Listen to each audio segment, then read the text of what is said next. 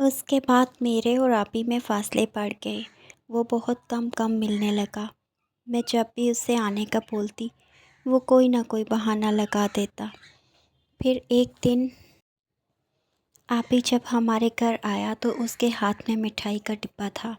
میں سوچا آپی نے بھی میری طرح کہیں شادی کر لی ہونی ہے، مگر آپی نے جب مجھے بتایا کہ وہ پاکستان سے ہمیشہ کے لیے جا رہا ہے تو میں تو رونے لگی، جیسے میری زندگی کا سب سے قیمتی حصہ مجھ سے جدا ہونے لگا ہو۔ میں بہت لڑائی کی، اس سے جانے سے بہت روکا، مگر وہ میری شادی سے پہلے ہی کینیڈا چلا گیا۔ مجھے ایک درد اس کے جانے کا تھا اور دوسرا صدمہ یہ تھا کہ میرا بیسٹ فرینڈ تھا اور وہ میری شادی پر بھی نہیں روکا تھا۔ آبی کو کینیڈا گئے ہوئے 3 سال ہو گئے تھے اور میری شادی کو تقریباً 28 ماہ۔ آبی کو میں شادی کے بعد بھی رابطہ نہیں کر پائی تھی، مگر آج بھی اس کے ساتھ گزرا ہوا وقت مجھے یاد آتا تھا۔ میں اکثر یاد کر کے مسکراتی تھی۔ میں عمر کو بھی آبی کے بارے میں بتایا تھا۔ عمر بہت اچھے انسان تھے۔ انہوں نے مجھے کبھی آبی کی باتوں سے نہیں روکا تھا، بلکہ وہ اکثر کہتے کہ مجھے اس کے گھر کا ایڈریس دو، میں اس کو پاکستان بلاؤں گا، مگر میں منع کر دیتی کیونکہ میں اب شادی شدہ تھی اور عمر ان کے گھر کی عزت تھی۔ مجھے اپنے اس رشتے کو دیکھنا تھا جو ہمارے معاشرے میں بیٹیاں شادی کے بعد سسرال کے ماحول میں گزارتی ہیں۔ ماں باپ کے گھر کی ہر مستی اور ہر کھیل ان کو پیچھے ہی چھوڑ کے آنا ہوتا ہے۔ دروازے پر دستک نے مجھے ماضی سے ایک ہی لمحے میں باہر نکال دیا۔ میں فوراً اٹھی، دروازہ کھولا اور ہمیشہ کی طرح سسر ابا اپنی باہوں میں سوئے ہوئے زین کو لیے کھڑے تھے۔ زین سو گیا بیٹا، سسر بولے۔ میں دروازہ کھولا اور انہوں نے زین کو بستر پر لٹا کر میرے سر پر اپنی شفقت بھرا ہاتھ پھیرا، دعائیں دیں اور کمرے سے چلے گئے۔ میں زین کو بیڈ پر سٹ کر کے ساتھ لیٹ گئی۔ یوں میری زندگی کی ایک اور شام بغیر عمر کے گزر گئی۔ صبح فجر کی نماز پر آنکھ کھلی، میں اللہ کے سامنے سجدہ ریز ہوئی، اس کے کرم کا شکر ادا کیا کہ اس پاک ذات نے مجھے ایک اور دن نواز دیا ہے۔ نماز سے فارغ ہو کر میں کچن میں چلی آئی۔ ہمارے گھر میں کچن ہانس اماں سنبھالتے تھے، مگر میں جب سے شادی کر کے آئی میری اس دن سے ایک ہی روٹین تھی کہ ناشتہ میں خود بنایا کرتی تھی سب کے لیے۔ میں ناشتہ بنانے لگی اور کچھ ہی دیر میں ساس اماں بھی آ گئیں۔ میرے سلام کے جواب میں میرا ماتھا چوما اور بہت دعائیں دیں۔ میں اپنی ساس کی بہت خدمت کرتی تھی۔ عمر کے چلے جانے کے بعد میں اور بھی ساس اور سسر کے ساتھ محبت کرنے لگی۔ میں نہیں چاہتی تھی کہ ان کو اپنے بیٹے کی کمی محسوس ہو۔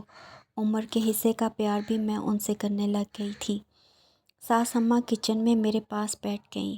میں ان سے باتیں کرتی جاتی اور ناشتہ تیار کرتی جاتی۔ تھوڑی دیر میں ناشتہ تیار ہوا تو ہانس اماں کو بھیج کر ابا کو بلا لیا۔ پھر ہمیشہ کی طرح ہم نے ایک ساتھ ناشتہ کیا۔ ناشتے پر عمر کی جگہ آج بھی ویسی ہی حالی تھی۔ کوئی بھی عمر کی جگہ پر نہیں بیٹھتا تھا۔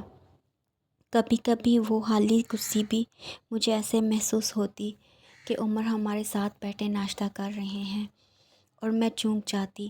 میری اس کیفیت کو ساس اماں بہت اچھے سے سمجھ آیا کرتی اور مجھے دیکھ کر اپنی آنکھوں سے مجھے یہ سمجھاتی کہ بیٹا صبر کرو، عمر ہمارے پاس نہیں مگر ہمارے ساتھ ہمیشہ رہے گا۔ تب ہم دونوں کی آنکھوں میں نمی اتر آتی تھی اور پھر ناشتہ ہمارے حلق میں جیسے پھنس جاتا تھا اور ہم دونوں کوئی نہ کوئی بہانہ لگا کر ناشتہ نہیں کرتی۔ ہم دونوں ہی ایک ہی عجیب سے کرب سے گزر رہی تھیں۔ ان کا بیٹا کھو گیا تھا اور میرا شریک حیات۔ تڑپ تو دونوں کی ایک جیسی ہی تھی۔ عمر کے چلے جانے کے بعد ہم سب قدرے خاموش ضرور ہو گئے تھے، مگر ہمارے درمیان کا فاصلہ ختم ہو کر اور گہرا ہو چکا تھا ہمارا رشتہ۔ ناشتے کے بعد میں جب کمرے میں آئی تو زین اٹھ چکا تھا۔ میں زین کو تیار کیا اور دادی اماں اور دادا ابا کے پاس لے آئی۔ زین نے دادی اماں کو سلام کیا اور اپنی دادی اماں کے ہاتھ سے ناشتہ کرنے بیٹھ گیا۔ ناشتہ میری ساس اماں ہی زین کو کروایا کرتی تھیں۔ میں زین کو ان کے پاس چھوڑ کر کمرے میں آئی اور کمرے کو ارینج کروانے لگی اور پھر خود تیار ہونے لگی۔ آج میرا بہت دل کر رہا تھا کہ میں پرانی لائبریری میں جاؤں جہاں میں آپی کے ساتھ اسٹڈی کیا کرتی تھی۔ میں ساس اماں سے اجازت لی، زین کو ان کے پاس چھوڑا اور گاڑی خود ڈرائیو کرتے ہوئے اسی لائبریری میں آ پہنچی جہاں میری زندگی کے بہت پیارے دن گزرے ہوئے تھے۔ لائبریری آج بھی ویسی ہی تھی، کچھ بھی نہیں بدلا تھا سوائے میری زندگی کے۔ میں اس چیئر ٹیبل پر جا کر بیٹھ گئی جہاں گھنٹوں میں آپی کے ساتھ بیٹھ کر اسٹڈی کیا کرتی تھی۔ ابھی میں اس چیئر پر بیٹھی ہی تھی کہ لائبریرین آئے اور میرے پاس آ کر قدرے معذرت زدہ لہجے میں بولے کہ بیٹا یہ میز کرسی تو ایک صاحب نے بک کروائی ہوئی ہے، اگر آپ برا نہ مانیں تو کسی اور جگہ کا انتخاب کر لیں، کیونکہ وہ روزانہ یہاں آتے ہیں اور ان کے آنے کا وقت ہونے والا ہے۔ میں انچارج کی بات سن کر قدرے چونک سی گئی اور ان سے پوچھا، انکل کون صاحب؟ وہ بولے، بیٹا جب آتے ہیں تو آپ خود دیکھ لیجیے گا۔ اتنا بول کے وہ چلے گئے اور میں خاموشی سے اٹھ کر ساتھ والی چیئر پر جا بیٹھی۔ تھوڑی دیر بعد میں لائبریری میں کتابیں نکال کے لے کے آنے لگی اور واپس اپنے میز پر آ ہی رہی تھی کہ سامنے اسی میز کرسی پر کوئی آدمی بیٹھا دیکھا۔ اس کی کمر میری جانب تھی۔ میں ہلکے قدموں سے چلتے ہوئے اس تک آنے لگی کیونکہ مجھے دیکھنا تھا یہ کون ہے جو میرے کالج کے دور کی اس جگہ پر بیٹھا ہوا ہے جس نے اس جگہ کو بک کروایا ہوا ہے۔ یہی میز کرسی کیوں؟ کوئی اور بھی تو کروا سکتا تھا نا؟ ہزار پڑی تھیں۔ یہاں یہ لائبریری چھوٹی تو نہیں ہے۔ سوالات میرے دماغ میں گھوم رہے تھے اور میں قدم با قدم اس کی جانب بڑھتی جا رہی تھی۔ پاس پہنچ کر میں اس سے مخاطب ہوئی، سنو مسٹر، آپ کون ہو؟ اتنا بولنا ہی تھا کہ اس نے مڑ کر مجھے دیکھا۔ پھر کیا؟ میرے ہاتھوں میں پکڑی کتابیں ایک دم سے زمین پر گر گئیں۔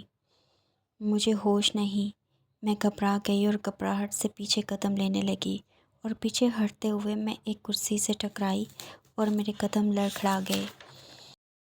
میں گرنے ہی لگی تھی کہ اچانک وہ آدمی آگے بڑھا اور مجھے تھام لیا۔ ماہم، تم یہاں کیسے؟ میرا نام سنتے ہی میں قدرے ہوش سنبھالے اور کانپتی آواز میں بولی، آبی تم کب آئے کینیڈا سے؟